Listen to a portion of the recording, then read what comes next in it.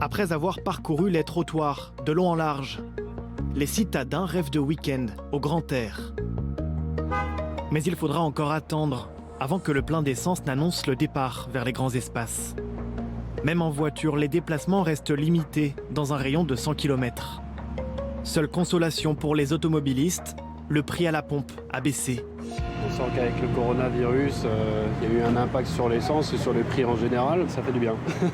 Ici, je crois qu'on est à 1,40. 1,40, c'est l'une des moins chères en ce moment, quoi.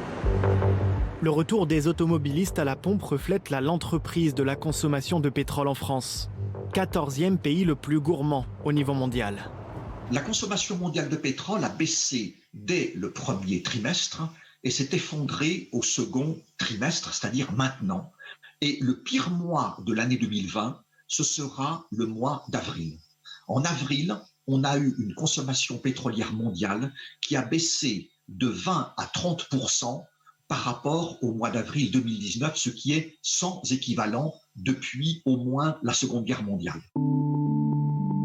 Partout dans le monde, les automobilistes déconfinés reprennent la route. En Chine, les embouteillages monstres ont déjà fait leur retour. Par endroits, les voitures sont même plus nombreuses qu'avant la crise, car certains automobilistes craignent d'être contaminés en prenant les transports en commun. La Chine accélère, l'activité industrielle repart à la hausse et le deuxième consommateur de pétrole au monde a retrouvé son appétit d'avant-crise. 13 millions de barils de pétrole sont consommés chaque jour en Chine. Le pétrole est le moteur de l'activité économique. Le pétrole, ce sont les transports routiers, aériens, maritimes. Et donc, lorsque les économies sortent des confinements, lorsque des entreprises peuvent reprendre leur activité, lorsque des secteurs d'activité qui avaient été fermés pour des raisons, bien sûr, légitimes de santé publique, peuvent recommencer à travailler, à produire, à exploiter leurs entreprises, etc., forcément, on va consommer plus d'énergie et plus de pétrole. Il y a donc un lien très étroit entre consommation d'énergie et croissance économique, consommation de pétrole et croissance économique. Depuis le début de la crise, les analystes du monde entier ont les yeux rivés sur les cours du pétrole Brent.